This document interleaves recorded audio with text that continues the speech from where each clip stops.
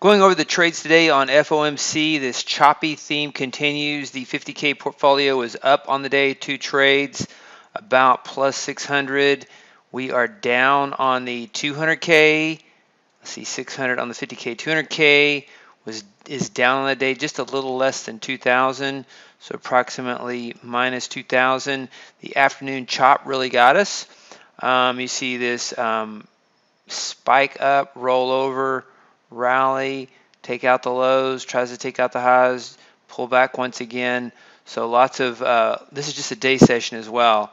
And the trend in the tick was down as the afternoon wore on, but the dip buyers, the mindless dip buyers, continue to drive this chop. It's a recurring theme we have.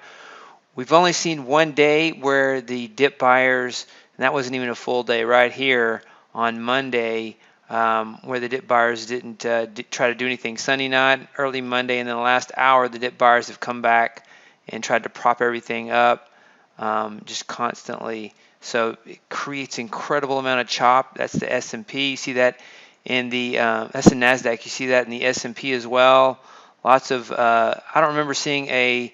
I remember in the past there would be 3 or 4 legs at the most. Now we're seeing 5, 6, 12 legs back and forth during the day. So the number of up and down cycles during the day session is extreme. This is 1, 2, 3, 4, 5, 6. That's a lot, and we're getting 6 legs a day.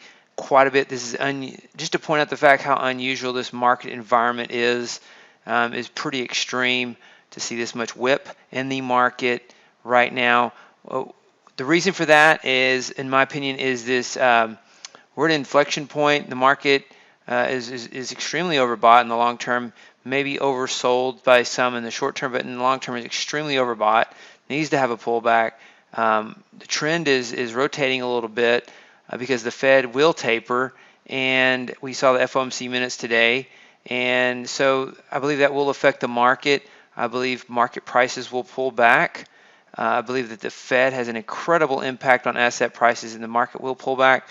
But the liquidity is still there to prop it up. The Pavlovic response of repeating it over and over again is this transition is a long transition, is creating a lot of chop here, and just looking for a trend day.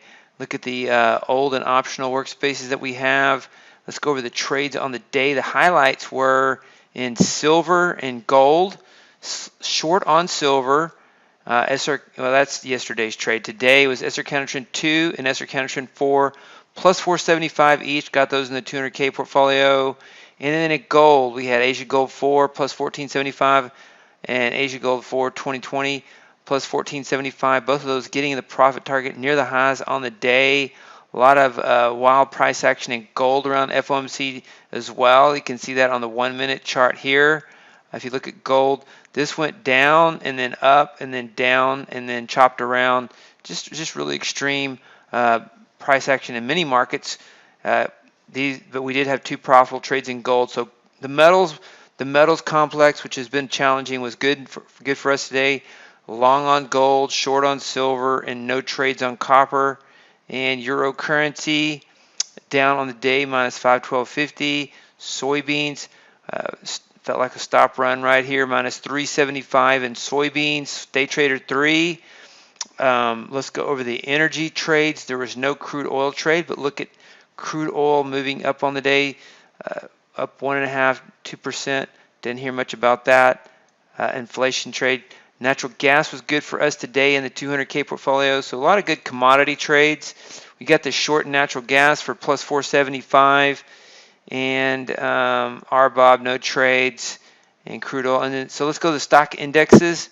We had some good trades. The highlights were the Cobra 3 trades with the profit target plus 575 on the profit target version of Cobra 3 E-mini S&P. 162.50 for the non-profit target version as the market rolled over. Adaptive moving average minus 17.50 after hours, minus 725. Another one of those stopped out near the lows on the day. And SR counter trends. We had some SR counter trend trades. SR counter trend 2, V2, 1M, 5M, and 15M each lost 725. SR counter trend 2 minus 825, and those are the V2M, 1M minus 725 on the day, And then tick pullback. Here's another one.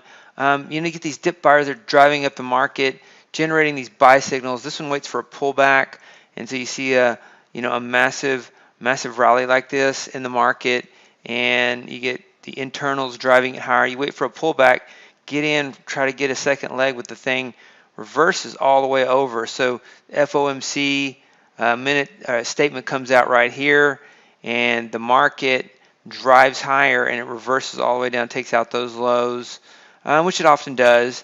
Drove higher, rolled over.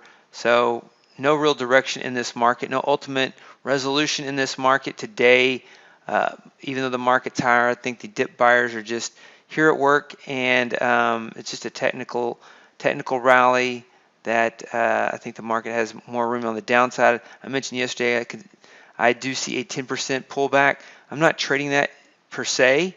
We don't use that with our trading systems, but I do anticipate more downside, and do anticipate that the lower the market goes, the more affected the dip buyers will be, and they'll be unable to run the market up as much as the market moves down. So VSD long only, plus 550 on the day.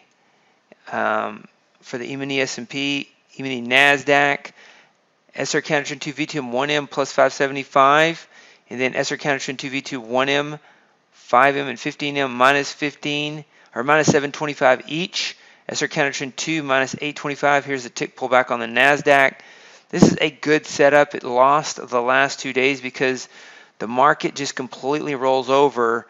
It drives higher like it's going to make a rally, buy the pullback, and then we get more than 100% retracement on these, because these dip buying rallies are they're not accurate for the direction of the trend. They're not appropriate right now. It's mindless dip buying, and once again we got stopped out on the tick pullback for the NASDAQ. So these dip buyers are driving buy signals. Minus 1300 on tick count trend in Q.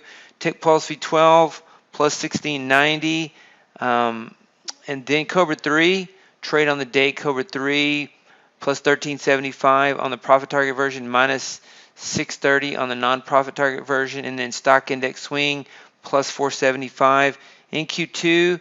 60-minute breakout minus 1575, 60-minute breakout B minus 255. This 60-minute breakout right here is the one that has hurt us the most. Without this strategy, without a couple of gold strategies, we would be doing much better. But I want to cycle on the bounce, and VSD long only plus 285 minus 3690. We're not trading this strategy long short. A lot of these we're not trading. We're just going over all the strategies. Certain portfolios have certain strategies.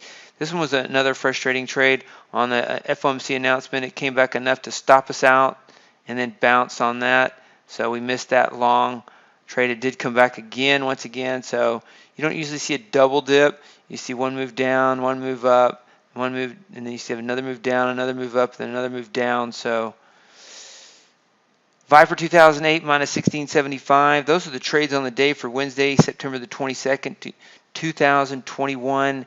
We are down about $9,000 on the month on the 200K portfolio, so about 4.5%. And so we're up on the 50K portfolio, approaching equity peaks on the 50K portfolio. So the 50K portfolio is about $200, I believe, away from equity peaks. I have to double check. So it's $200 away, $200 drawdown, and it was in a $7,000 drawdown. The 50K portfolio was in a $7,000 drawdown, and it's actually a little bit greater than 7,000, and it's made its way back since last week. We mentioned that in one of the videos. Good timing to get in on that. And the 200K portfolio is taking longer. We had a 15K bounce as of Monday from the lows, and we have given back 9,000 of that since Monday. So really choppy trading day the last couple of days. We had a trend day on Monday, and then just massive chop on Tuesday and Wednesday.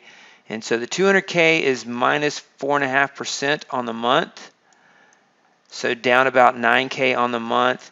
And so we are looking for a bounce in that, and maybe some potential adjustments in the 200K portfolio as we move forward this week.